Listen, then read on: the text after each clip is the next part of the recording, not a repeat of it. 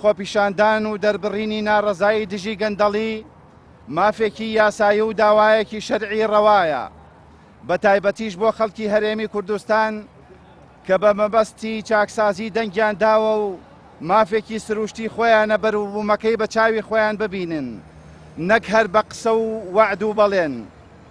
دووەم، پێویستە لەسەر حکوومەت گوێ لە خەڵکی ناڕازی و جەماوەری خەڵکی کوردستان بگرێت، چونکە داوای خەڵکی بۆ چاکسازی و نەهێشتنی گەندەڵی و بە هەدەرنەدانی داهات و پێدانی موچە و شایستەی دارایی خەڵک داوایەکی ڕەوایە و ئێمەش وەک مامۆستایانی ئاینی هەمان داوامان هەیە و ئەرکی سەرشانی دەسەڵاتە وەڵامی کردداری بۆ ئەم داوایە هەبێ.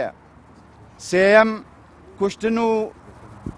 کوشتن تاوانێکە گەورەترە لە ڕووخاندنی کەعبەی پیرۆز، بۆیە بە هیچ پاساوێک ناکرێت خوێنی ڕۆڵەی ئەم گەلە لە ناو خۆماندا برژین و مرۆڤەکان لە خانوو و کۆشکەکان بە نرخترن.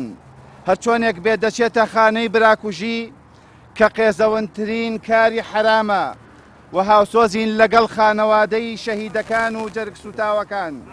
داواکارین لە خوای گەورە شیفای بریندارەکانیش بدات. چوارەم، دڵنیاین خەڵکی خرۆشا و داوایەکی ڕەوایان هەیە، هەر بۆیە پێویستە دوور لە توند و تیژی خۆپیشاندنەکان بچێ بەڕێوە.